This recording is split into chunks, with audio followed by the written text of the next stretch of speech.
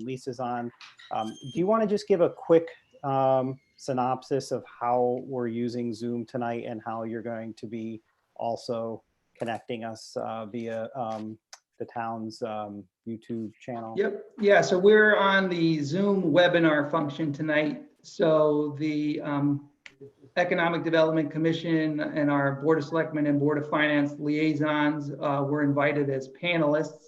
And on the agenda, if you notice, the public was invited to participate as an attendee.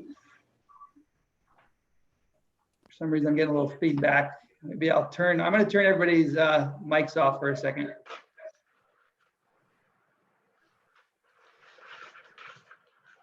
I don't know why it's, hold on one second. Sorry. Dave, it might be. I got it. I had the window. I had just turned on the YouTube function and I just shut that off. So sorry about that. So, and then the public is invited to participate as attendees to the webinar. And so during the course of the meeting, they'll have an opportunity to type into the Q&A, and then we can visit those questions at some point during the meeting. They'll also have the opportunity, if we request them to kind of raise their virtual hands with any questions that might have, and then I can unmute them and allow them to participate. They won't show up on video, but they will be able to participate that way. We're also doing a live stream to the Town of Madison's YouTube page, which is why you heard that echo before. There's a little bit of a delay. So the YouTube, if you were to go there now, is live for this meeting as well. So the public's able to participate that way as well. Excellent. Okay, and as Dave mentioned, we do have this meeting available. Well, let me first approval of the February minutes. And I think, Jonathan, I know you had a suggested update. Yeah, thanks, Ryan. Just it's small, but I think it's not insignificant. On page 3, sort of middle of the page, Mr. Anderson provided an update on the status of the 2 applications that the EDC had voted to support in concept. We supported their right to apply, not their concept of, it seems like we were giving some merit to the application with that term. So I thought maybe we endorse their right to apply would be a better way to say it. Okay. Dave, do we have the January minutes? We want to make sure that it's consistent between the 2. The January minutes? Yeah, I can probably pull those up. Okay.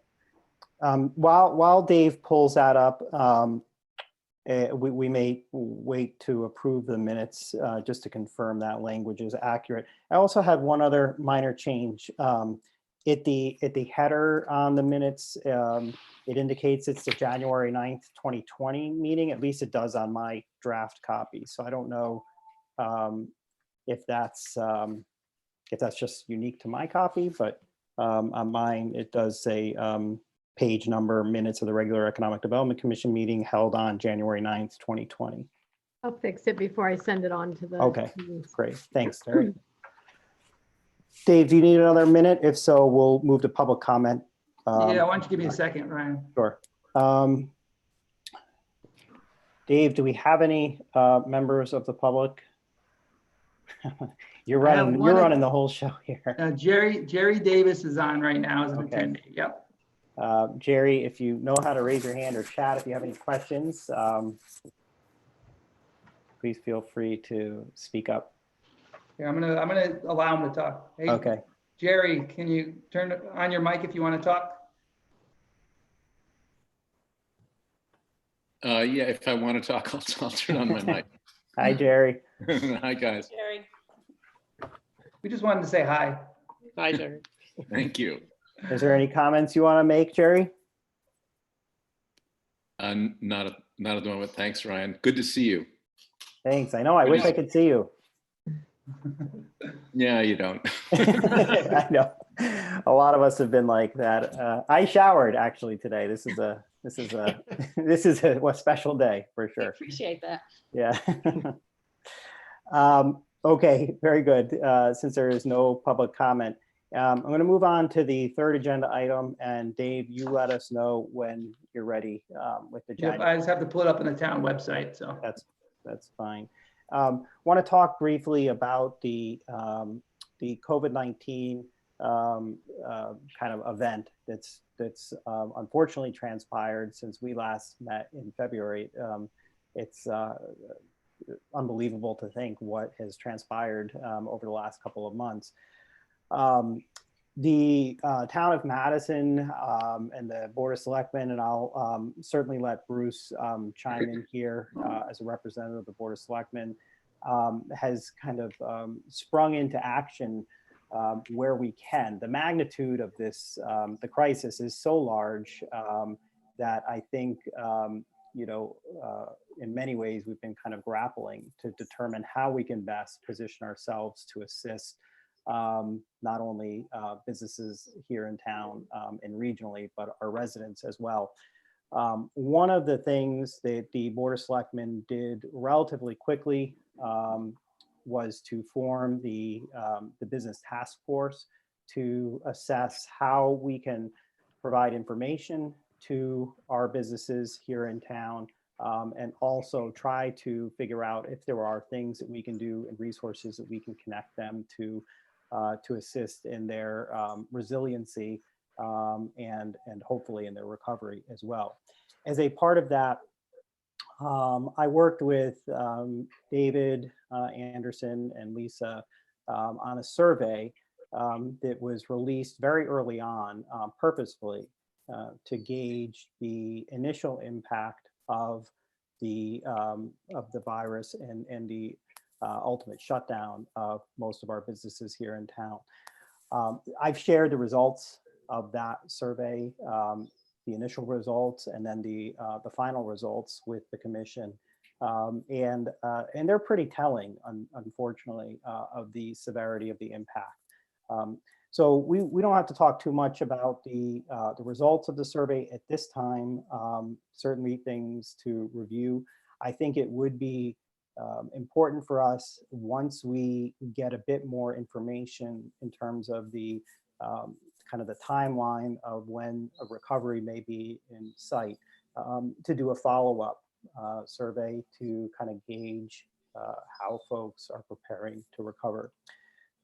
Bruce, do you want to talk a moment about the task force and the kind of the purpose that the Board of Selectmen decided to form the task force, and what you think some of the important outcomes of the work of the task force are at this point? Sure.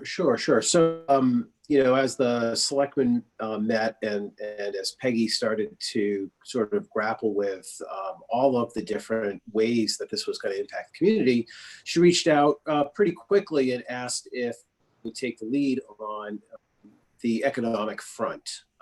And of course, I'm honored to have that opportunity, and reached out to Ryan, reached out to Eileen Banish as the chamber, and Dave, and we met quite early and really at a very high level about what kind of impact we'd be able to have as a municipality, as a local group of business people.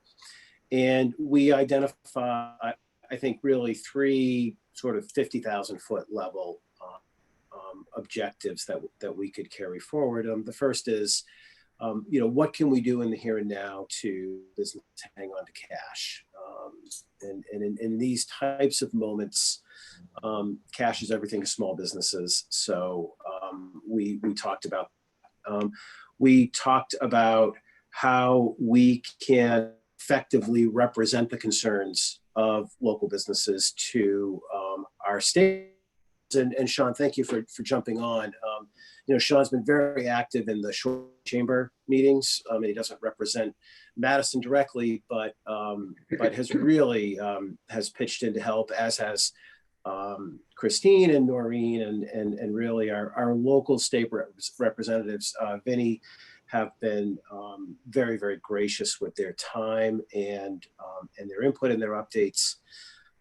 And then we also talked about how do we start thinking outside of the box as a municipality. we are fairly limited in the economic levers that we can pull locally here.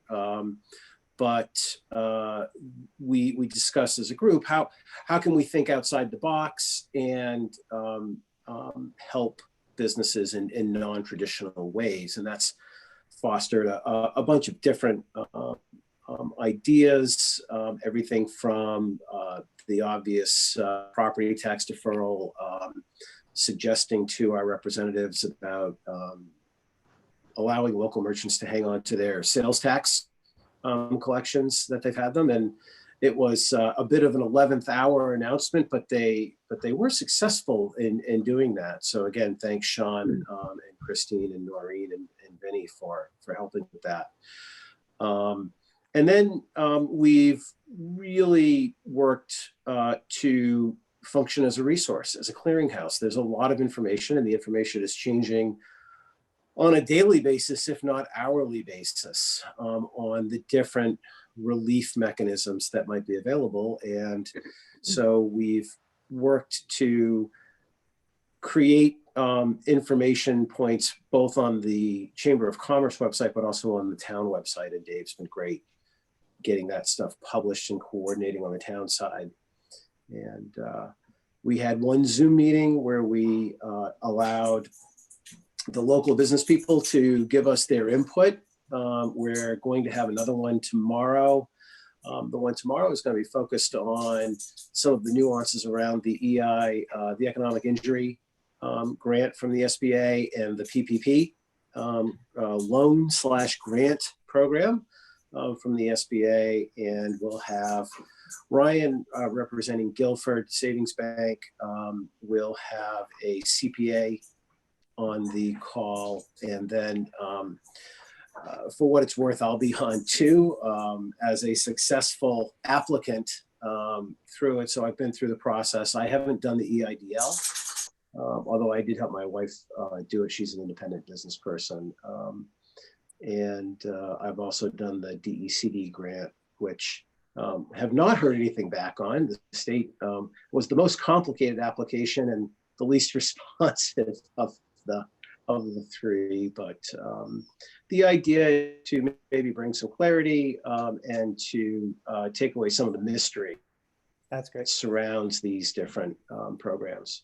Yeah, I think, you know, Bruce, one of the things that we really tried to take advantage of early on was just to create a sense of community and an opportunity for people to voice their concerns. And in the first Zoom that we had Noreen and Christine kind of as the panelists, and they took direct and answered every question that they could. There were a few questions that they just didn't know the answers to, but they really did answer almost every question that came in.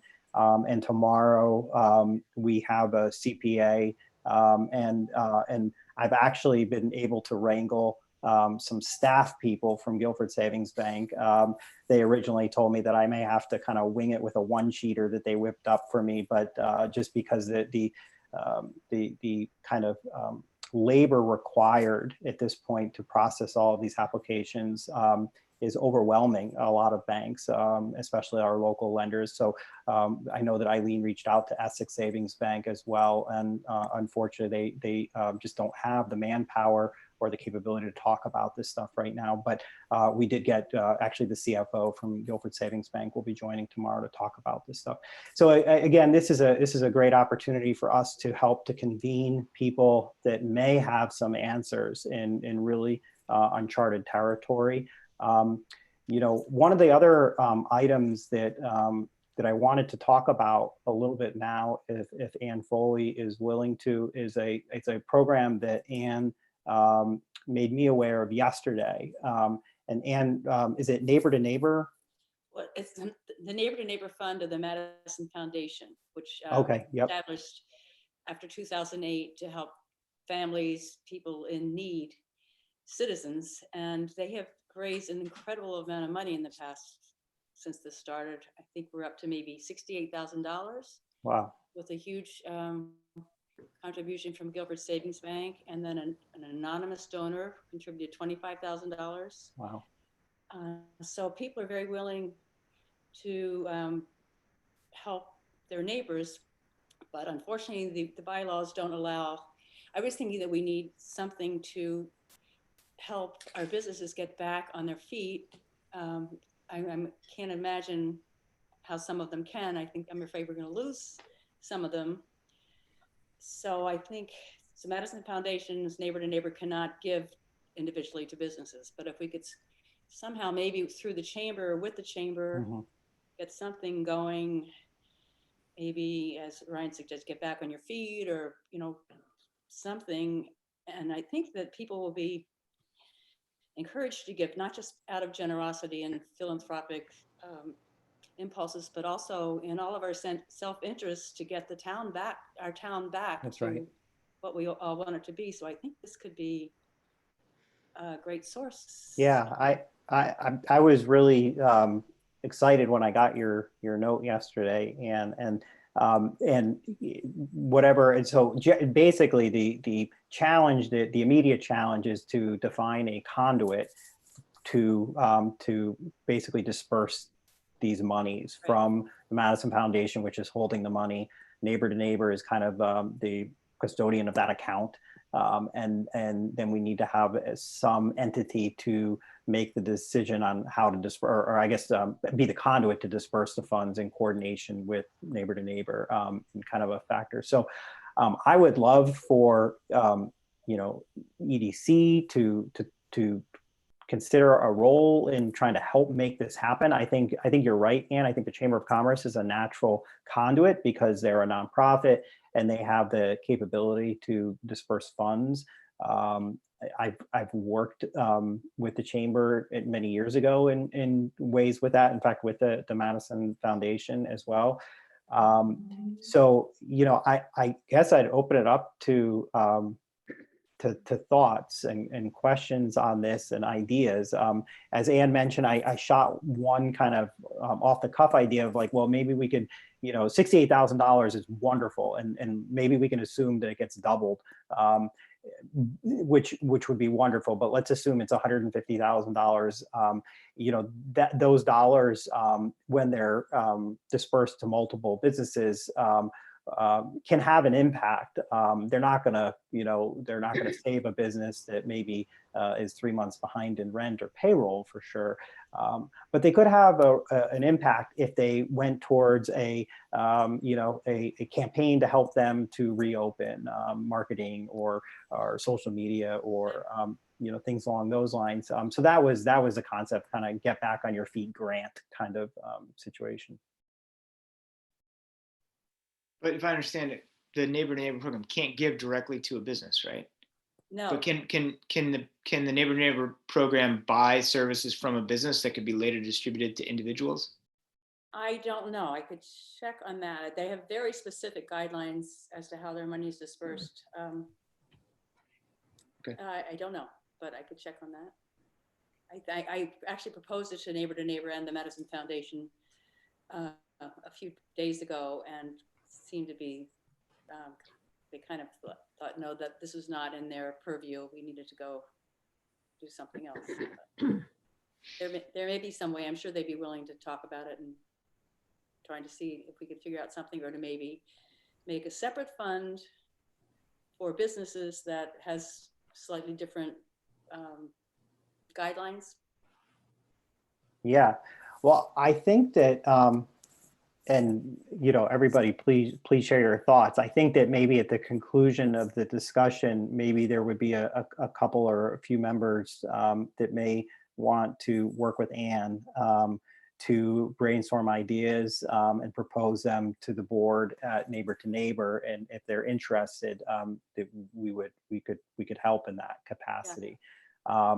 Unfortunately, I suspect the chamber would be interested. Dave, are you still on the board? Yes, I am. Yeah.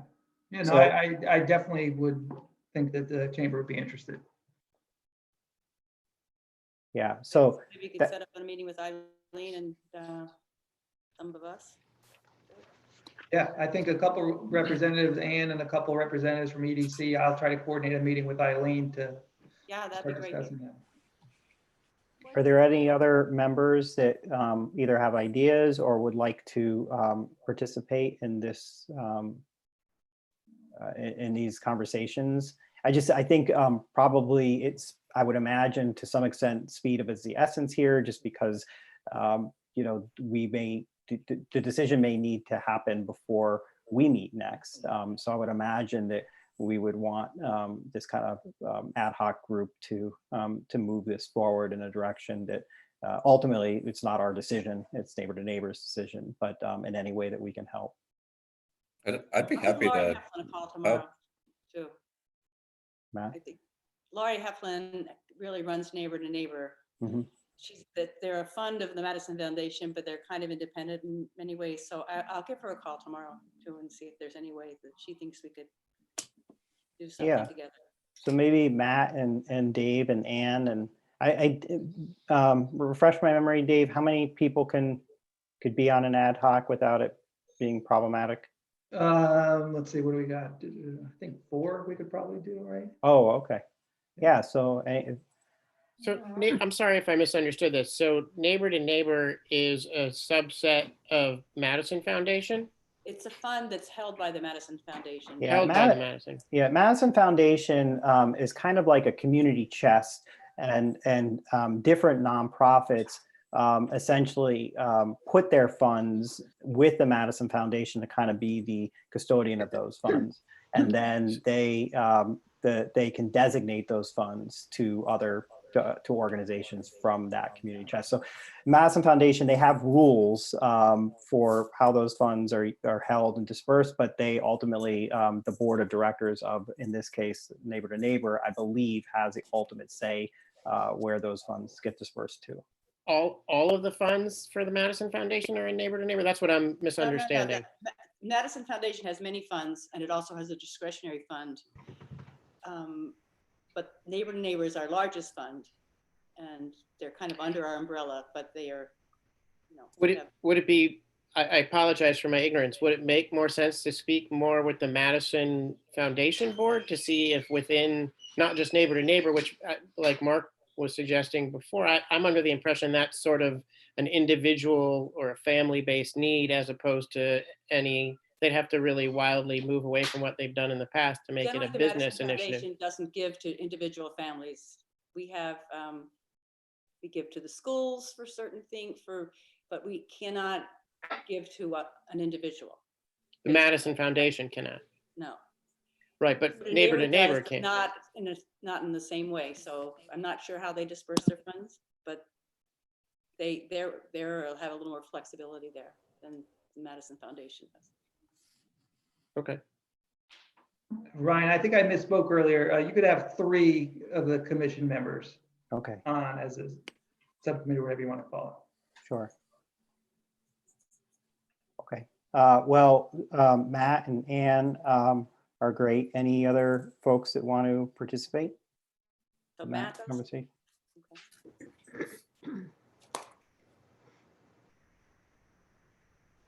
All right. Well, if anybody does, maybe reach out to Dave and Ann and just let them know. But that sounds great. I think that's a perfect example of how we can do something locally that could have some real impact in the recovery stages of this.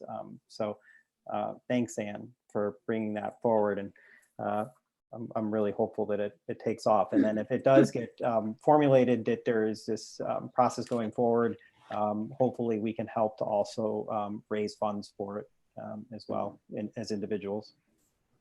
Thank you. That sounds like a great cause. Lisa, I think, Thanks for Lisa, bringing it up. you're, I don't know if you can you, oh, now we was can. the GSB donation to Neighbor or just foundation? That was to Neighbor, I think. Oh, specifically. Thank Got you. it.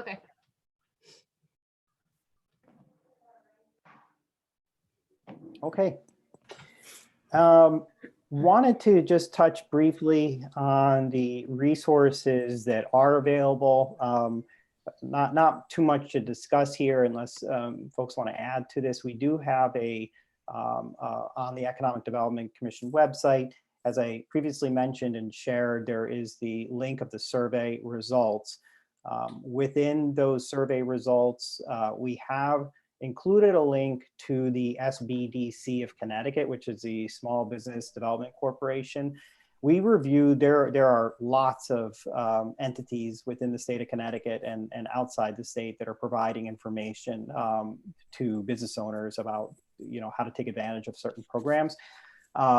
We evaluated a couple, and Dave and I actually talked earlier this week, kind of reevaluating whether the SBDC website was still kind of the best one. It's probably not perfect, but it is inclusive of most of the programs that are available to small businesses. SBDC is part of the SBA, so they're a trusted source, of course.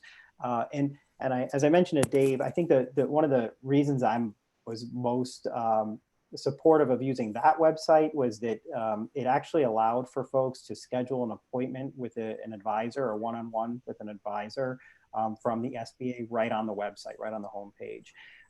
And I think that especially as these programs have been formulated and been deployed, I think folks have questions about things, and having an opportunity to try to find a link of someone to talk to right away certainly was an objective. And I know, Bruce, we talked about that early on with the task force as well. So, but if anybody has a good resource or a couple of resources, to share, something that maybe you've used with your own business as a good place to find timely and relevant information, please share it now, and also shoot us the link, and maybe we can figure out how to include that as well. I think the SBA website, which I can send everybody, is a good starting point. It has a great Q&A on the payroll protection program and links to all the loan programs that they have currently. Okay, so maybe we should include that as well. A lot of the Connecticut, the bigger law firms are doing different webinars too, whether they're like specific to like landlords or small businesses or manufacturers, or just because there tends to be a lot of like nuanced questions that come up, whether it's on like qualifications or like calculations or different things like that. So I can definitely shoot you a handful of them. Okay, yeah, that would be great. And I wonder even if the Greater New Haven Chamber maybe has kind of categorized some of these resources, because as you mentioned, Matt, some of them are specific to like manufacturers. Right. And while that link would be really, really helpful to them, to the other 90% of the people who are, might be looking on our site specifically, it's probably not relevant. But if we could categorize these in a way, maybe that would be helpful. And I do think that, while I'd love to think that that the Economic Development Commission website is the first place that people probably turn, at a time of crisis. I think that, it is, the idea is that folks may be there because maybe they want to see the survey results or other things, and we're providing them a link. I know that Eileen has also included the link in a lot of her communications through the chamber mailing list as well. So. But yeah, Matt and Mark, if you want to share the links of the resources that you've used or have referred to, that would be great, and we'll figure out where to put them. Sure. Okay, I wanted to turn this next item over to Jonathan, because I know Jonathan had some concerns about the deployment, how the survey was deployed. So Jonathan, I'll turn this over to you. Yeah, so I don't want to make too big a deal about this, because on the scale of things that we're dealing with, this is really minor. But it was a surprise to me that the survey was circulated and it had as its header, EDC Commission, when in truth the commission really had nothing to do with it other than Ryan and Lisa. And I just, as a sort of, I think as a process or as a collaborative effort, if we're going to be a commission, then the commission should be, sort of in some way a participant in things that are put forth as our work product. And it may not be, in the long run such a big deal, or in the short run such a big deal, but in the long run, I think it really goes towards will our commission work effectively together? Will we be collaborative, or is it really just we're here to listen to what the commission's executive committee says and rubber stamp it? And I've been on boards of both ilk and the kind that are collaborative and seek everybody's opinion. And everybody I've heard, even today, everybody has such wonderful ideas. I think that should be the model we're looking for. So I just, I think with respect to process, that's something I'd like that to be our standard. But if I'm in the minority, I will defer. Yeah, no, and I think the feedback is very good. And just for context, especially since I know this is your first term, generally over the past few years, when there are items that are timely, including, and I'll give two examples. One example was, silly in the scheme of things at this point, but the new Tesla chargers that were installed on the highway. The New Haven Register picked up on information that we had put out on Twitter or something, and I made a comment through there about the additional the kind of benefit that we'll see to the grand list from those. Certainly not taking a position on whether or not we want Tesla chargers, but the fact that they're here and they're adding to our grand list, certainly a positive thing. Over the years, those types of communications happen, with relative frequency, including interaction with this business task force. I'm a representative of the Economic Development Commission on that task force. I wasn't asked to do that as an individual. I was asked because of my role on EDC. I think where it does become important to ensure that we are all on the same page as a commission is when we're taking a position on something. There's a proposal about a marina. There's a proposal, about a bioscience company, and the Economic Development Commission wants to take a stance. It would be inappropriate for me or anybody else without the full commission, weighing in on it to speak for the commission prior to that. So that's my perspective. That's how I've operated over the last several years. In this case, it was extremely timely that we get a presence out in front of our business community. So that was a decision that I made. But certainly, if I'm in the minority that decision was faulty in any way, then certainly we'll take it from there. If I could just make one comment with respect to that, Ryan, I think offering commentary is very different than generating a survey, particularly a survey that's represented as a joint effort with the Chamber of Commerce. And if there was time to involve the Chamber of Commerce and Eileen, there should have been time to involve all of us. And I get it, it was a timely effort, and I understand why. But I would hope in the future that we would all have been included in something that is work product, is not just a comment. It is something that is seen as the efforts of the Economic Development Commission. I think those are significant, albeit nuanced differences. Would there be time to include us all? Like, let's say there is in terms of public meeting and notice, if we were all to get together and provide an opinion on something, are we allowed to do that? If let's say there's a question where the press is asking for comment from the EDC tomorrow, are we allowed to have a? I don't think notice requirements. To provide timely notice for a meeting, if it's not in that really case. Tomorrow. Yeah, I think it's 48 hours for a special meeting.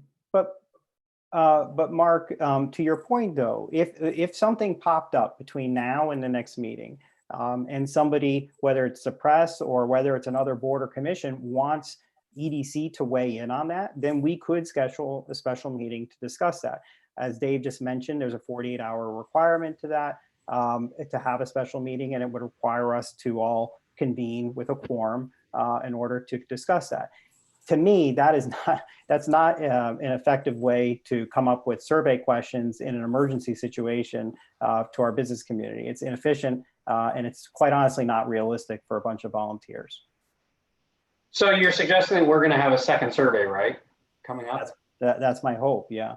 So perhaps we know that now, and so we could begin working on that as a team, so that it does come out as a team project. I absolutely. I would hope that we could all figure out how to best capture information using the initial results as a guide. Like, what do we want to find out as a follow-up to that?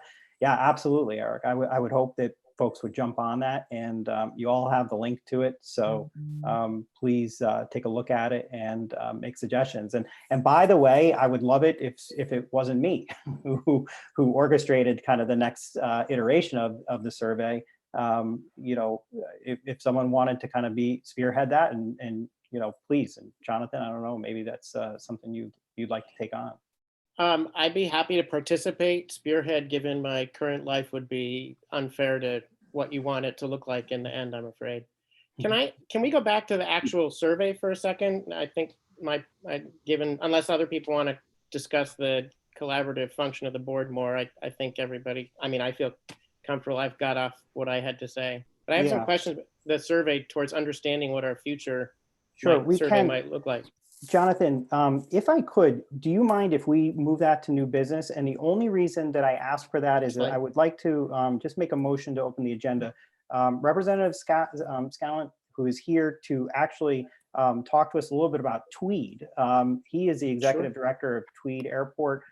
We had set this up several months ago, way before this crisis occurred. And when Sean touched base with me a couple weeks ago, like, are we still meeting? And we weren't sure yet, but here we are. So I'd like to just open up the meeting and add an agenda item update on Tweed Airport. So if I could make that motion. Second. All in favor? Aye. Sean, can you, and the reason I'm doing this, by the way, Sean has to get on another call at 8 o'clock. So I just wanted to make sure that we left him enough time. Thanks, Ron. Hi, everybody. I got booted off and now I can't see you all, but I don't know if you can re-add me, but Dave, Uh-oh. Oh, and there I am. Oh, hey, there he is. Hey. All right. Well, thank you, Ryan. Good evening, everybody. It's good to see some of you who I know. Hey, Bruce, and other folks. But I just wanted to take a few minutes to talk about Tweed. I know it's something that I've talked a lot to Ryan about, and just I'll give you the quick Cliff Notes version of me and what's going on at Tweed, and then hopefully leave some time to do some Q&A and have a conversation. But you know, my name is Sean Scanlon. I'm the executive director of the airport. I started that job back in November of last year. I picked a heck of a time to get involved in the airline industry, which has been a sort of baptism by fire here with all the troubles that we're having with the virus. But I am not new to the area. I'm born and raised in Guilford, as Ryan just alluded to. I am in the state legislature. I got elected to the House in 2014 and am in my third term right now. And I really took this job because I think that there is so much promise with Tweed. And I think that airport and unlocking the potential of that airport is really key to the future economic development success of not just Greater New Haven, but all of Southern Connecticut and likely the entire state. And as probably everybody on this Zoom knows, we have had a 10-year struggle to get the right to extend our runway within our own right of way, which seems kind of crazy because most of you who are on EDC, and I used to be on Guilford EDC, so I know kind of what you're thinking about. You know, you're often trying to troubleshoot with business owners or property owners about how they can do certain things within their existing property rights. And sometimes it gets a little dicey if they're trying to go beyond it. We are not. We're trying to do something within our existing right of way. And to make a very long story short, a state law that was passed in 2009 was preventing us from doing that and limits our length of our runway to 5,600 feet. And so for years, we tried to repeal that law, but it was very difficult given the fact that the two most powerful men in the state Senate, one Democrat and one Republican, happened to be the two men that represent both sides of the airport. And so it was very, very difficult to get a law passed to change it. And so we started to go the legal route. And a couple of years ago, we sued the state. We lost in the district court. We won in the appeals court. And 2 Mondays ago, we were basically given a victory by the US Supreme Court when they decided not to take the case, which basically means that the lower court's ruling, which was unanimous in our favor, stands. The 2009 law goes away, and we now have the right to pursue a longer runway, which is a really, really, really big thing. And obviously, we're in the midst of a crisis when it comes to the airline industry, which has been, the worst it's ever been, even worse than 9/11 for the industry.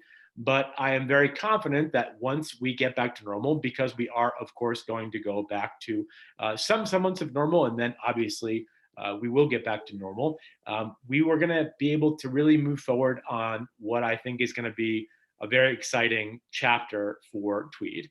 And I'll just sort of conclude by saying that we are in the midst of a FAA required master plan process. What is that? That basically means that every 10 to 15 years, the FAA comes to the airport and says, okay, where do you want to go for the next 10 or 15 years? And you have to lay out what your plan is.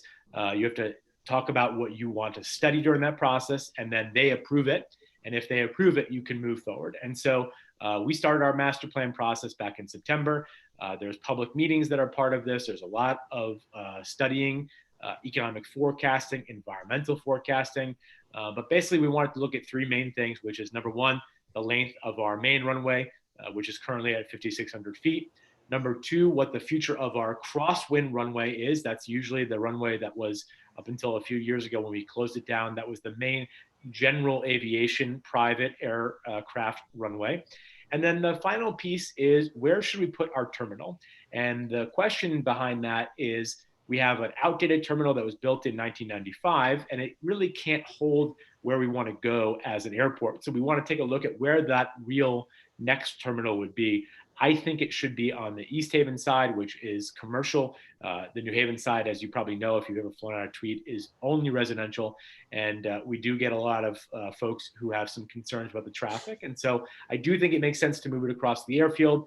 We have a lot of private investors who have exhibited some serious interest in financing that. Our company, the airport's operations are run every day by a private company that's actually owned by Goldman Sachs. And they have committed to raising some serious P3 capital to build a potential terminal somewhere else. But we are a little ways away from that happening. And really where I will end on this is that in February, before this virus got to where it is today, and before we got the court case, I had gone to Indianapolis to the main annual airport conference and did sort of speed dating with all of the different legacy airline carriers and some of the new kids on the block who are trying to, be the next JetBlue or Spirit. And I can tell you that there is incredible interest in this airport, and that was even before the court decision happened. Since then, my phone has been ringing off the hook from people who want to come to Tweed. They want to come now. They want to start servicing here. They just need a little bit more on the runway to get off and land safely. And hopefully within the next year, we'll be able to map out a course for that to happen. Hopefully we'll get it done by the fall of 2021. And you will begin to see us, pun intended, taking off at Tweed. So thank you all very much for having me on for a few minutes. That's great. Thank you. Thanks, Sean. Really excited that you've taken on that role, and are also excited about the inaction of the court and what that means as well. Want to open it up to anyone on the commission to ask any questions of Sean while we have him here. Yeah. Hey, Sean. Thanks for being here tonight. Is the funding for the expansion of the runway already in place, or is that something how does that funding occur? Is that FAA or is local funding required? It's a little bit of both. We can get some FAA funding for it, but it would have to come through sort of the FAA capital funds that get distributed not just to us, but sort of to the Bradley, to the GA airports that are across the state. But like I said earlier, I think that there is a lot of interest on the private-public partnership side to potentially help us do that, on the front end, and then of course the terminal on the back end. But it would not really be as expensive as you'd think, because we're really not talking about doing a tremendous amount, and really it's just paving. As soon as we get the permits for it, we get the engineering done, the environmental assessments, it's not that expensive. The terminal would be expensive, but the runway itself would not be that much, and I think that we would definitely have more than enough resources to fund that project. Great. Is there a timeline kind of under consideration? Yeah, so our master plan process wraps up in March of 2021, and by that point, we are hoping to obviously have a really clear picture of where we want to go, how many feet specifically we want to increase it, and where that terminal is going to go. And the last piece of this, of course, is the community side of it, which is that I've said very from the get-go that I want the airport to be a good neighbor, and I want the people who live around the airport to share in our success when we start to have more success. And so I've been working very closely with the folks that represent that neighborhood, both the mayors of the two cities, their state legislators, the city council members, and their various residents groups, to try to find out what they would like to see as part of that shared success, and what are the things that they are looking for in terms of a community benefits package. I think we've made actually some really good progress on that. I'm not at liberty to sort of share what that would look like yet, but I would just say that that's been something I've pretty much been spending a lot of my time on in the last 4 to 5 months. And I think that we will have some progress on that. So if I can get those folks to get to a deal, which I think I can, and then we can do all of the sort of the technical stuff that we have to do, like the environmental assessments and the economic forecasting, I think that we can put all of this together by next March, get approval from the FAA, which usually takes about a month.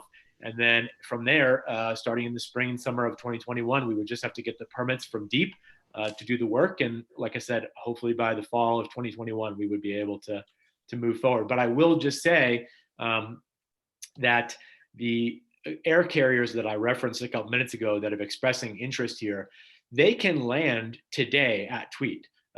We can land a 737. Air Force One has landed at Tweed before, but the airline industry, as folks on this call may know, is really predicated on the fact that until they sell 75% of any given flight, they make $0, just because it costs so much to operate the aircraft and pay all the fees that they have. So some of these carriers are willing to start operating here, but they would have to undersell their planes because of the weight restrictions on 5,600 feet. And so an A220 plane, for example, that has 120 passengers could undersell their plane to 90 or 100, and they could take off and land.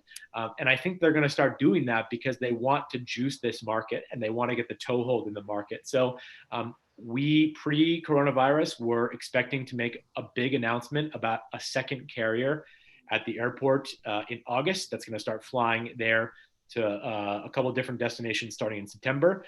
It's a little delayed now, probably because of this, but I still think that by the end of 2020, you will see a second carrier with additional markets at Tweed Airport. That's great. Sean, is there anything that we can do from the Madison Economic Development Commission? I know in the past we've written letters to you and the legislature to support things over the years. Is there anything that we can do either as a group or as individuals to continue to support the airport? Yeah, a couple of things. So when I took over, one of the things that I have tried to do is to put Tweed back on the map. If you've never flown at Tweed, and there's a great deal of people who live in our area that have not, it's sort of like a hidden gem. You don't even know it's there. And so we need to do a better job of telling the story of Tweed. And we have spent no more in the last 5 years than $20,000 a year on marketing. I went out and raised $200,000, mostly in private capital, to fund a very substantial marketing campaign that was supposed to roll out in April 1st. Obviously, we've put that on pause until the world sort of comes back to normal. But part of that campaign is not only to let people know that we're there and that you can currently get to 300 destinations from Tweed right now, even though we do technically only go direct to Florida and Charlotte, or to Philadelphia and Charlotte, excuse me. But that's only a piece of the story. And I think we also really want to tell the story of what this airport would mean to the economy in this area. And so simultaneous to trying to do the airport stuff, I've been trying to get out to a lot of businesses specifically to learn what they would benefit from a more vibrant Tweed. And we actually, as part of this marketing campaign, going to start telling those stories. So if in your capacities as EDC commissioners, you know of businesses in Madison or the region that are the kind of folks that would really benefit from more flights, connect them to me. We want to do some web stuff. We want to do some digital stuff. We want to do some TV stuff to sort of highlight the economic development aspect of this airport, which does two things. It puts some pressure on the local politicians there to sort of get out of the way if they're not willing to do that. And it also helps people realize that this could be a big piece of the puzzle. And all of us want to see a more vibrant, economically friendly and business friendly Connecticut. This is a big part of it. And so that's number one. Number two, just in your own personal networks, sharing the story that I just told you, that Tweed is back, right? That we are doing a lot to try to turn the tide here. We have a lot of good momentum right now. We have a lot of things that we're doing to try to prime the pump, but we need some evangelists to get out there and tell the story of Tweed, and all of you could help with that. And I've been going to the various EDCs to try to do the same thing there too. So those are really the two main things that I would ask of you, but certainly open to other suggestions of how people think that they could be helpful here. Sure. Well, as it evolves, please, come back to us and ask specific things of us, and I'm sure that we can try and help. I do have to ask, when you said Charlotte and Florida, and then you quickly said no, Charlotte and Philadelphia, was that a slip that we should read into at all? We'll see. We'll find out pretty soon. All right. Well, it could be exciting. All right. Well, thank you so much, Sean. Appreciate your time. I know you have to get into another meeting. Yeah, and I just want to thank all of you, and specifically you, Ryan. I mean, you've been a great champion for the airport for a long time, and you and I have had some really good conversations, and you've shared some really good ideas with me that we're definitely putting to work, and I really appreciate that. So thank you, and to other friends on the call, Eric and Bruce and Terry, everybody, just stay safe, and let's keep talking about this, and look forward to seeing you guys soon. Yeah, hopefully we can get together in person sometime this year. Thanks, guys. Have a good night. Thanks for coming. Thanks. Appreciate it. Thanks. Okay, on to the next item. We have the 2020 priorities. I think I added reprioritization to this agenda item for this month. Wanted to touch base with those of you that were thinking about different things for us to concentrate on. I know wastewater was one. Mark, was that something that you were tackling? I'm definitely interested in that as an action. The last month has been very busy. So I haven't done anything in the last probably 3. Dave and I had some conversations about it, but we haven't taken action, especially in light of depending on what was going to happen with Academy, right? Yeah. And I will. That's a good point. I want to hold that thought. And we're gonna ask Bruce about that during the BOS update in a minute. Any other priorities? I think that we can add to this list how we can best support a revitalization effort after this crisis to that list of things that we're going to want to try and support in any way that we can. Any other things, though, in the meantime, that we should continue to think about?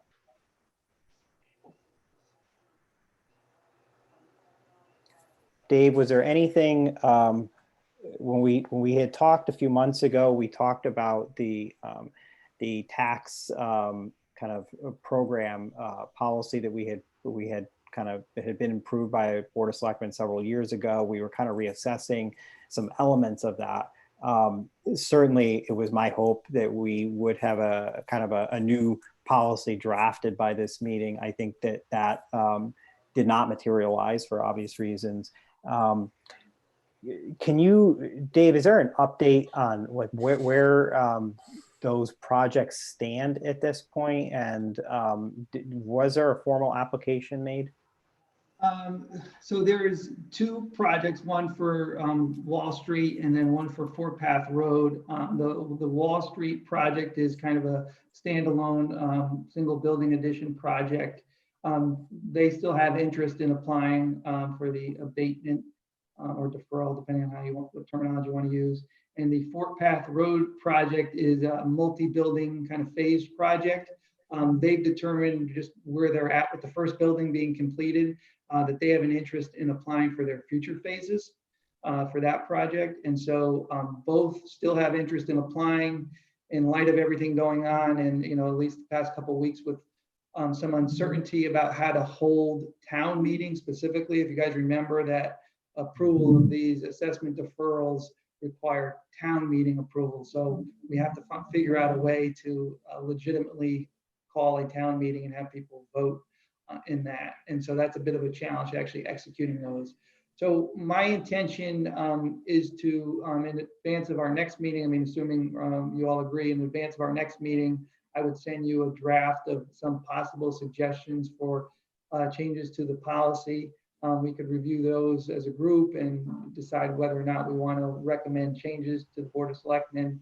And then my hope is that these assessment deferral requests get brought to the Board of Selectmen, potentially coupled with any other actions we might want to recommend to support the business community as a whole during this whole situation. I think as a standalone, it might be a little bit difficult to get approval just in a town meeting format, but if it's packaged as a comprehensive effort, I think it makes some sense.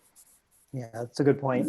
Okay, does anyone have any questions or comments on Dave's suggestion that he bring to the April meeting? I'm sorry, we're in April. Where are we? I can't even remember what day of the week it is. To the May meeting, the draft changes, and would he email it out before that meeting? Is it? Yes, I'd email it out. I can email out plenty in advance. Okay. Any questions or comments on that thought? Okay. All right. Well, let's plan to do that, Okay. Dave, and we'll tackle that in May. So moving to the board reports. Actually, I'd run into one other item, which again, I have an initial draft at next meeting. I could send it out beforehand. Is for a dashboard, which would be gauging our real estate values, business activity, vibrancy, grand list, those kind of items, so that we have people looking at, we can put it on our website, which would show where we stand currently, where we've been, some metrics around how to measure progress for the town economically. Yeah, that's great. So is that coming together, Mark, or is it kind of in concept mode? Yeah, I have yes. You have a vision of what it's going to look like. Right. Yeah. It wouldn't be that. It's not difficult to pull together maybe 5. It's just us deciding what we want to ultimately show, measure, and continually update. I think it's great. Great. Anything else? So moving over to the board reports, Bruce, are you still with us? I am. Great. I guess, first of all, could you give us just an overview of how town government is continuing to operate right now to start us off? And then definitely did want to touch on a few items that were kind of in flux at the time right before the crisis hit, including Academy Street, the Island Avenue kind of lease, and the kind of ad hoc committee that was put together for that, and the school referendum as well. All of those things were kind of in motion, and then this hit. So do you want to just give us an overview of how you guys are operating? Sure. Well, quite literally just like this. We are operating via Zoom. I would say substantially all of the operating bandwidth of the town right now is consumed with the community and keeping the community safe. So for the moment, we've tabled any productive conversations about anything other than how do we protect the community. And I think over the last couple of weeks, that's the right position for us to take. Peggy has been fully occupied with the emergency preparations. She's working hard to keep the selectmen informed in what she's doing. We have voted to extend the emergency, the declaration of emergency. So she has in the moment quite a bit of authority to take action, and she's doing a great job of filling us in as she does that. So our capacity to plan has been substantially taken up with just what's right in front of us today, what's right in front of us tomorrow. We've talked in very general terms about what are we going to do in the medium term, but have decided that we need to focus on the coming weeks. And that's a long way of saying right now we don't have a meaningful discussion going on about Academy. We don't have a meaningful discussion going on about Island Avenue either. We do have does some that clarity include the given us. does that include the pending lease negotiations? It does actually. So I live next door to John Picard, and so he and I have chatted across the yard a little bit about this. And understandably, they have a need for some clarity on and some certainty about what we're going to be doing. I think at this point, I'll speak for myself and not for the board, but it makes sense for us to seek them as a tenant for the next year, because we will have lost an important amount of time.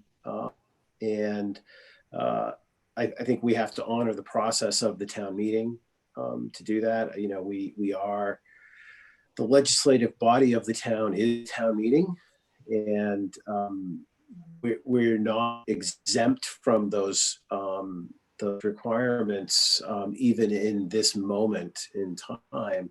So we're going to have to figure that out, but we have to figure that out as the state is giving us clarity on how to conduct ourselves as the conditions dictate. But right now in this moment, there is no mechanism short of a town meeting to make those approvals. We do have the executive order around the town budget, and we did vote to authorize the Board of Finance to set a budget and to enact a budget, and that is per the governor's executive order. So they're working on that now. There will be some public input period to that, but it will be all virtual. Right, and in terms of the referendums for what Peggy had publicly stated that they would be in the fall for Academy and for the schools. At this point, that's not going to happen, and not definitely going to happen. It's just kind of. I think at this point, the last piece of information we have is that it is going to happen, and until we can take it up as a board. That should probably be the operating assumption, but I wouldn't take it as written in stone. I'm not, you know, there is no new data to say that that's not when it's going to happen, but I expect at some point in the near future we'll take that question up. Okay, great. Bruce, I had a quick question, if that's okay. I had heard that something, and forgive me if I've got it totally wrong, about the government discussing property tax, sort of two different possibilities by executive order. Could you tell us what your understanding is about that? Yeah, so the governor has basically provided us with options for property tax relief or deferment. And we're going to be taking this up in our Monday meeting. In short, and you can read the governor's full, guidance on all of this. There is a tax deferment option, and then there is a tax with interest. In other words, if you don't pay, then you accrue interest. And my reading of it, and to Stacy Novitz today, and I believe that her opinion is the same. The deferment one is for the town probably the simplest way to move forward. It's a 90-day deferment. We can extend to a rather large group, if not all of our property taxpayers. She is looking at our cash flow as a municipality to see what the impact of a tax permit would be. One important note is that properties that pay their taxes through escrow with the banks are not exempt from paying their taxes. So they can't take a deferment if they've already collected it from the mortgage payer. And most of mortgages in town pay their taxes that way. So it's a fairly narrow base of taxpayers that would have the opportunity to take the deferment if they so choose. But we have to offer one or both of those options to the taxpayers by executive order of the governor. Great. Does that help? I'm muted. Yeah, I guess the last statement is perhaps the most meaningful to me, which is that it's probably a pretty limited number of people it would help in either case. Because I'm assuming if you're paying from escrow, there's also no real benefit to the penalty the decreased penalty interest. Dave, Dave, you had shared some numbers with me earlier today, though, that alluded that it wasn't actually that small of a category of people. Didn't you say it was only 40%? Yeah, I was on a call today, a Zoom with the tax collector, Peggy, and some others. And the tax collector said that about 40% of the taxpayers pay through escrow and 60%. Oh, so 60%. So that's pretty. I was a little bit surprised by that, and I think Bruce is probably also at that number. I don't know, maybe that includes personal property taxes. We'd have to figure out how that designation is made, if it's a dollar amount. I mean, so for example, if there are properties like, significant commercial properties, they may not have a mortgage on those properties, and perhaps those are paid. So maybe it's a gross dollar amount that is made. But in any case, we didn't talk about it in detail, so I'd encourage Bruce when they're talking on Monday to dig into that a little bit further. It's just a quick comment in our discussion.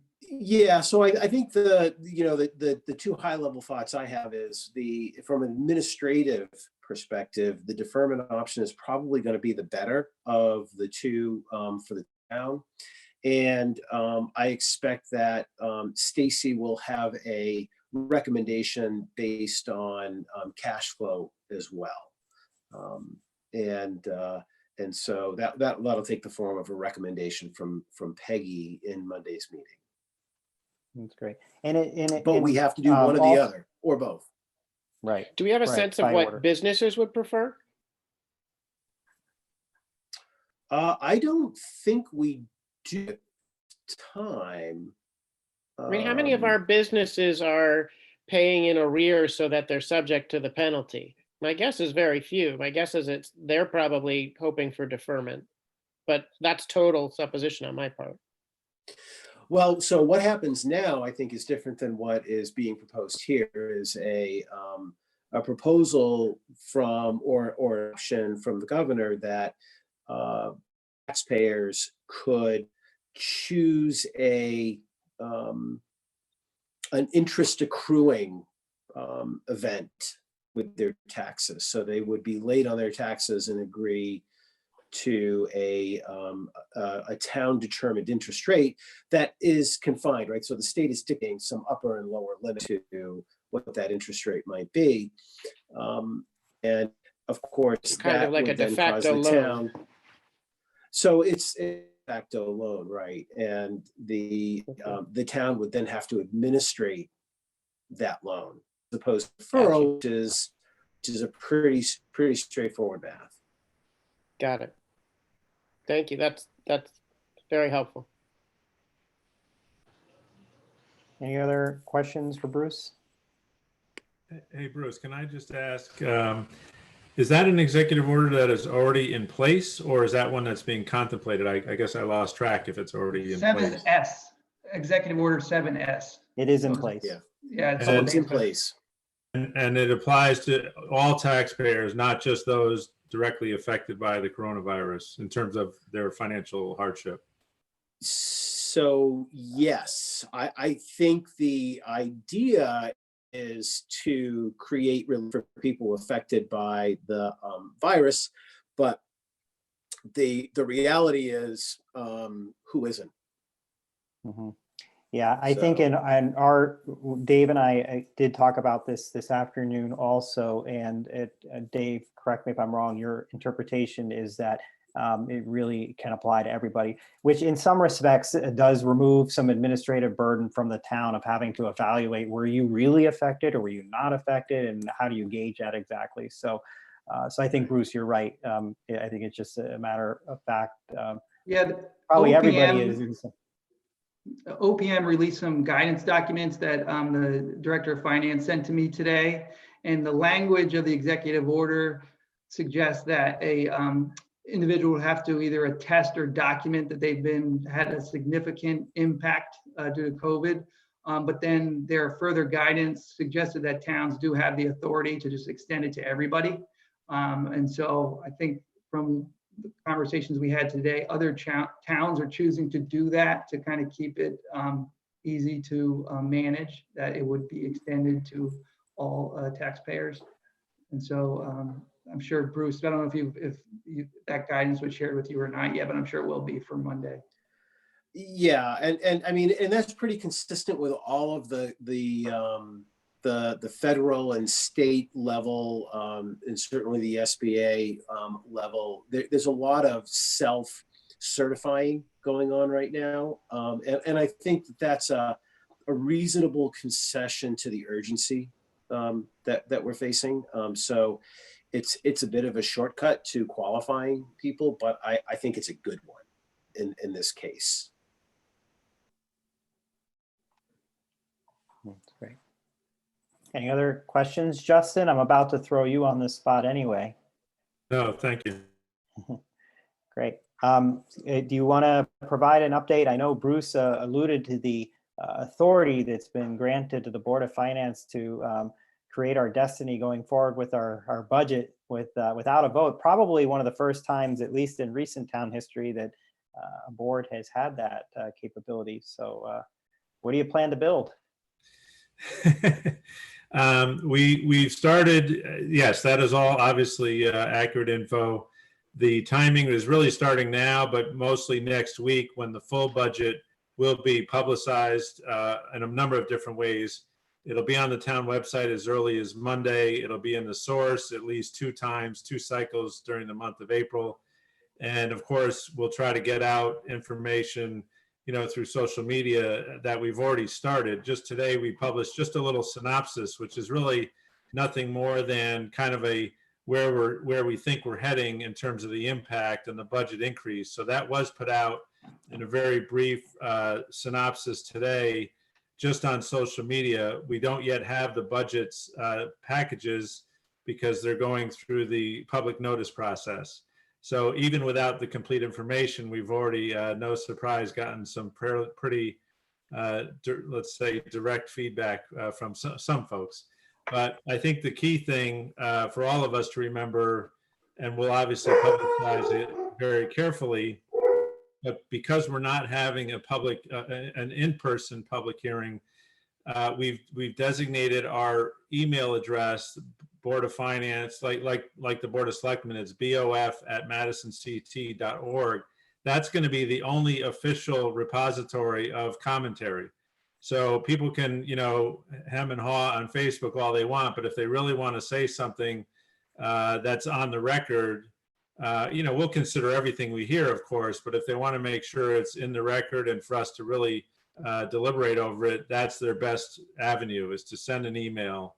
And I honestly don't know. There's still talk of a meeting. Our public our already, even in normal times, our scheduled public hearing would have been April 29th. And there is talk of maybe some kind of a Zoom like this where you can let people dial in and listen and comment.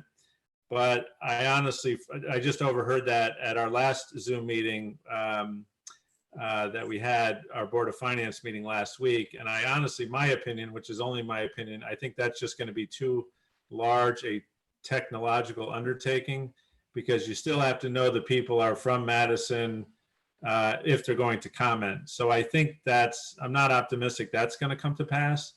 But in reality, as many of us know, voter turnout on budget referendums has historically been always incredibly low, unfortunately low. And I look back as far as history is still available, like I think it's early 2000s, and there's been only 1 year when a budget has actually not passed at the first go round. That was in 2010. Every other year, the budgets have passed, but have passed with a very low voter turnout. So we may be naive, but we actually think this approach that's kind of forced upon us, where we're forcing people to sit down and write an email to the board, might actually garner a lot more input than we might normally get at a public hearing, when only a handful of people typically show up.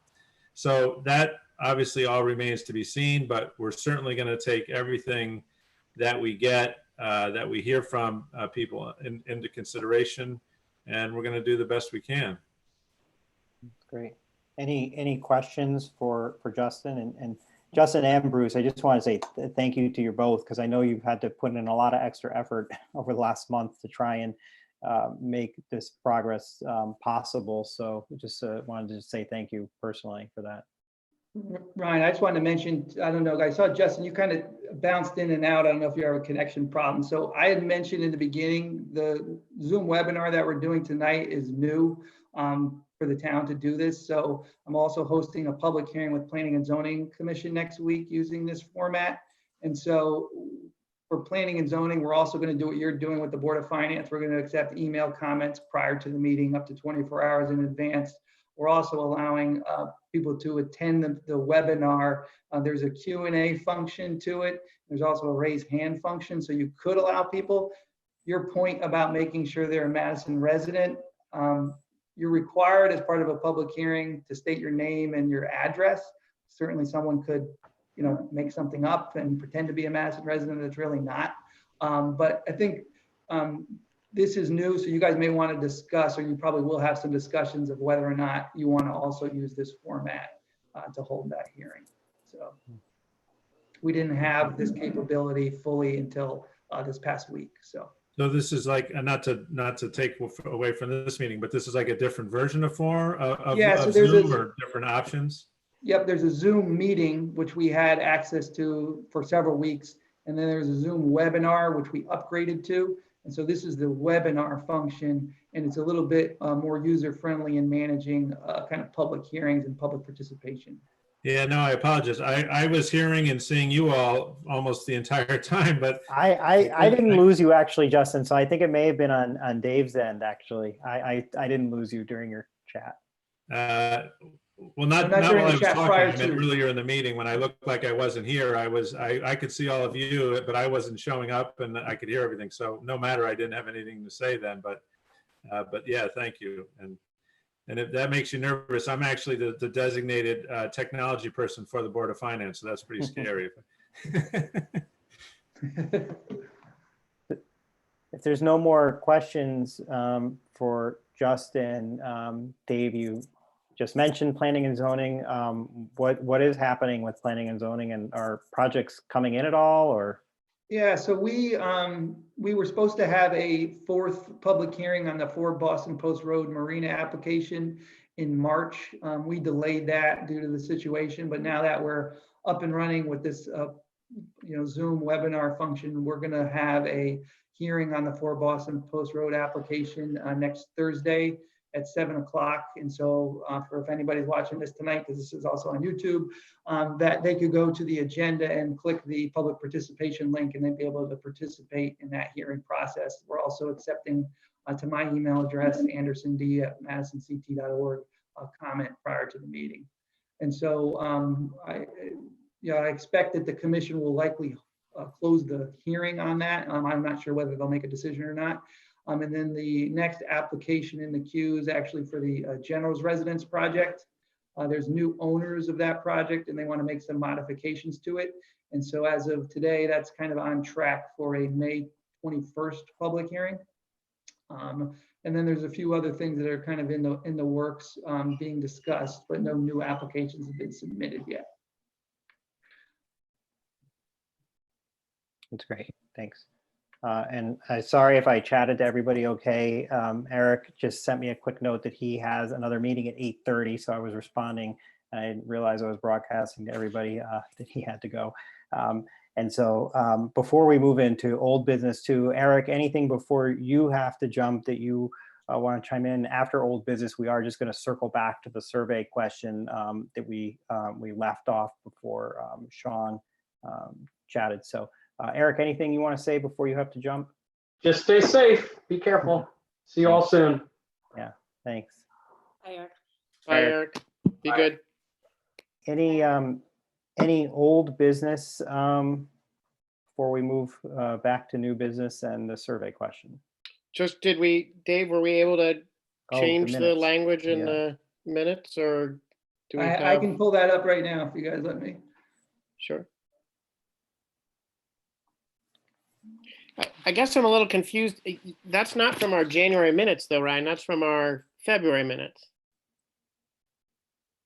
The the reference, well, these are the February minutes that we are reviewing Right. tonight because we didn't have a meeting in Oh, March. I see what you're saying. You're asking if that's what was said in January. Right, correct. That's right. Gotcha.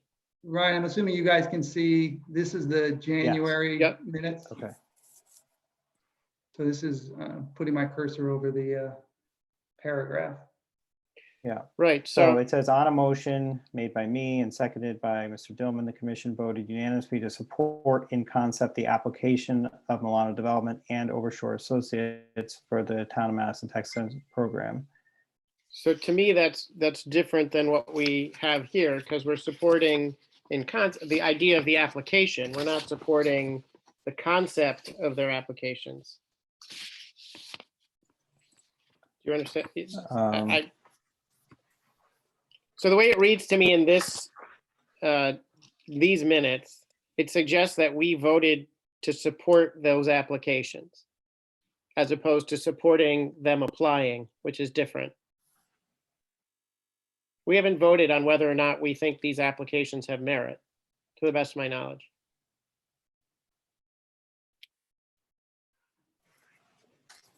Well, we haven't reviewed the application. Right. Or and haven't made comment on whether it has merit or not. Trying to remember which paragraph it was now in the minutes. It's like the middle of page 3. It reads, Mr. Anderson provided an update on the status of the 2 applications that the EDC had voted to support in concept. We're not really supporting the applications, we're supporting them applying to the program, which is different in my mind. Okay.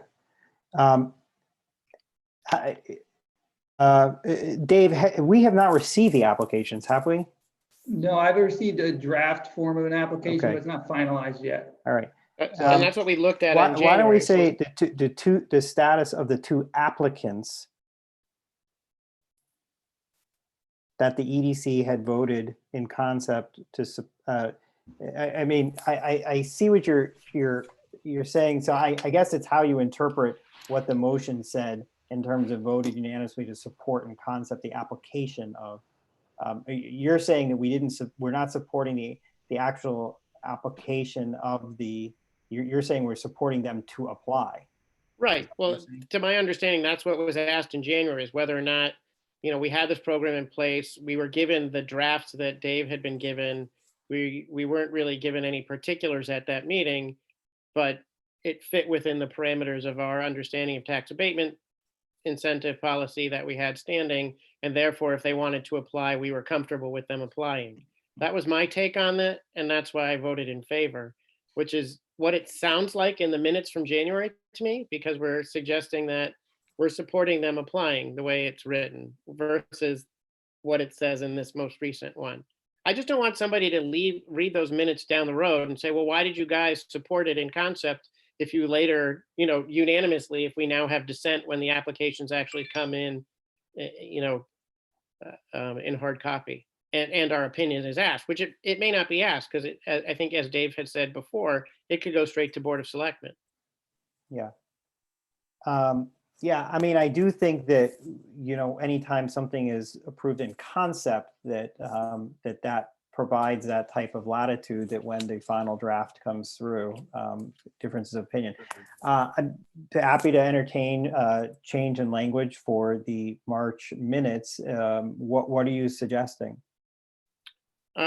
Maybe we could just put in quotations what was said in the January minutes, and then then there's no real debate. Right, because then so maybe say something to, Mr. Anderson provided an update on the status of the 2 applications. As noted in January minutes, commission voted unanimously to support in concept the application of Milano Development and Overshore Associates. I'm fine with that. Any other comments? Terry, does that make sense to you? I'll draft something and send it on to Jonathan just to make sure we're in agreement. That's no problem. Okay, but basically what we're doing is we're referencing the January minutes there for the language. Does anyone else have any other comments on that? Sounds good. Okay. With that change, I'll make a motion to approve the minutes from February. Second. All in favor? Aye. Great. Okay, thank you very much. Okay, just moving on to the new business and discussion of the survey. Jonathan, didn't mean to cut you off there in mid. No, that's okay. But wanted to get Sean in before he had to leave. So, Ryan, would you like me to? I have them pulled up here from the website. The results. Would you like me to pull that up? Or oh yeah, sure. Yeah, that'd be look great. at it while we're chatting. So my first, I have one real small question first. Can you scroll down to the last graph?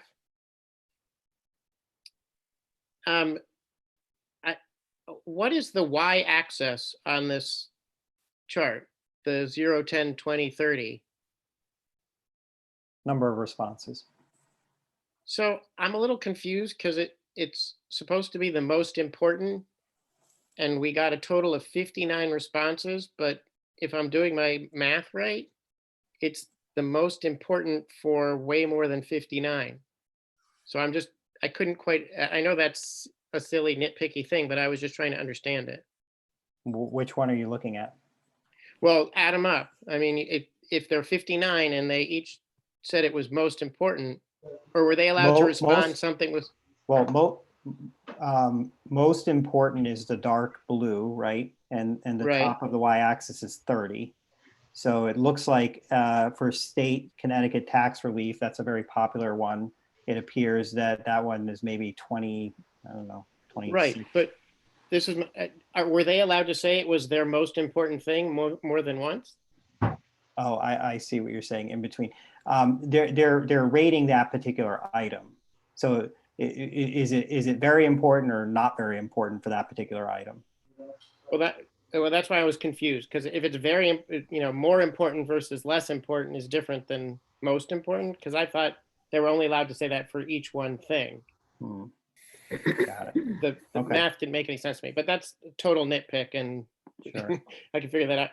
My question was a more general one, and I think this goes to where we go with this next, is when you were talking to the business task force, and this is, and correct me if I'm wrong, this sort of came out of the idea of trying to generate some useful data for the business task force. What was the goal of what kind of data would be helpful to the task force? Yeah, that's a good question for sure. Yeah. Yeah, and I think one piece of data and that you brought up, Jonathan, that hopefully maybe we could leverage this for, although I don't know if we'll have enough time, is in determining which of the property tax options the town elects to utilize. I think, Jonathan, one of the things that we were hoping for early on was where are the opportunities for us to have the biggest impact? And I don't think that this was expected to be a perfect peak in at local businesses, but we were feeling a sense of urgency to do something and to get some feedback.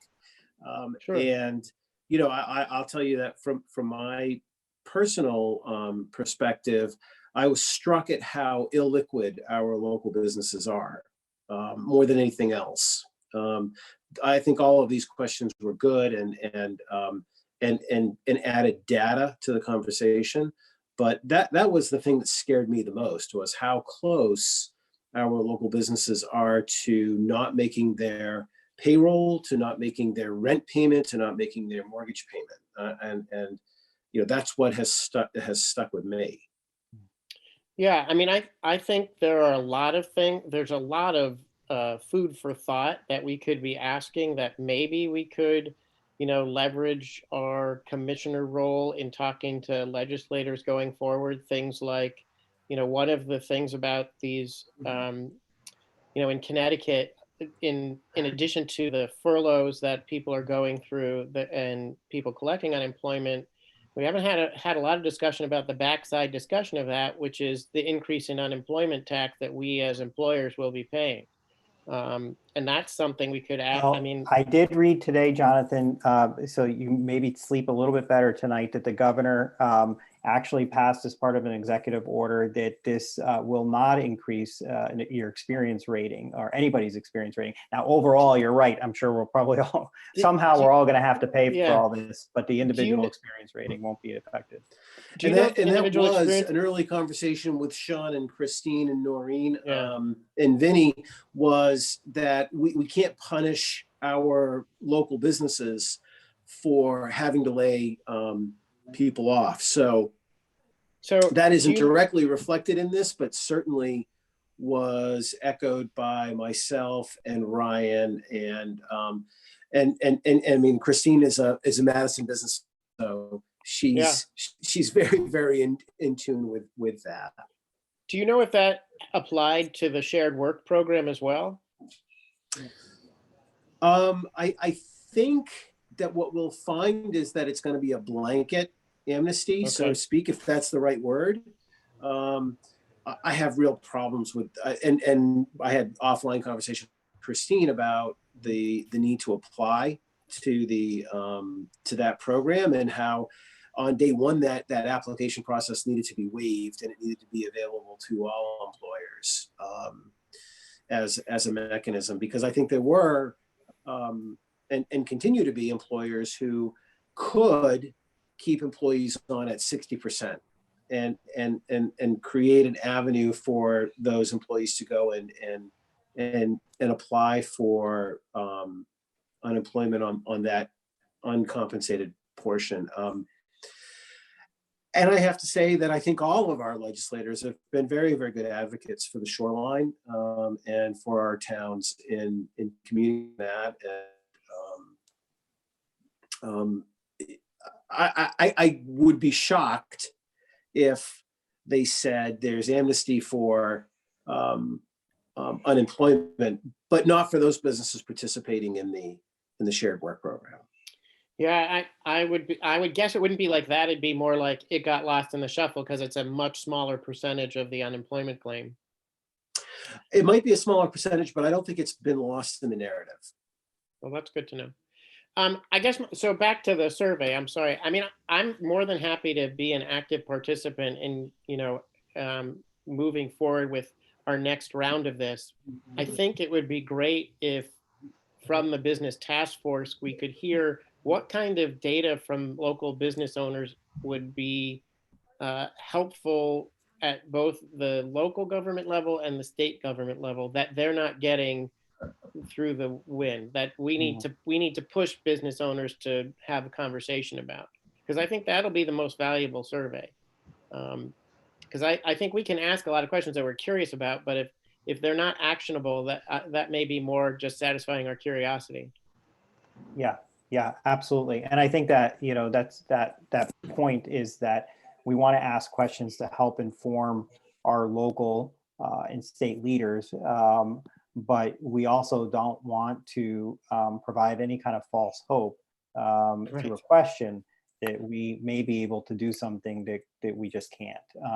And so a lot of these questions were crafted in that perspective, that we want to gather information to help inform our legislative bodies so that they can be prepared to make decisions. And when they have to make hard decisions on budgets and tax deferral programs and things like that, they're better informed.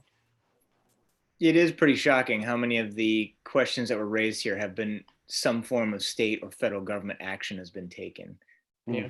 Which is great. Unbelievable. Because these were dated 18th, 19th, and 20th. So we're talking about, what day is today? Like 2 to 3 weeks. Yeah. Yep. Stunning, obviously. Yeah, absolutely.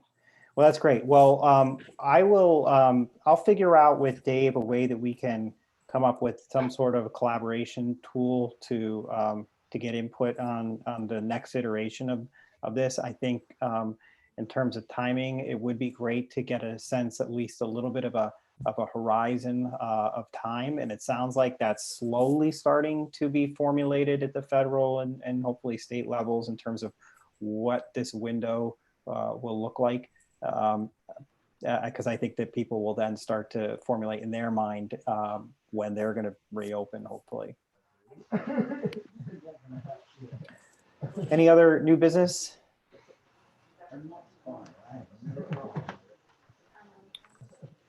Ryan, Right.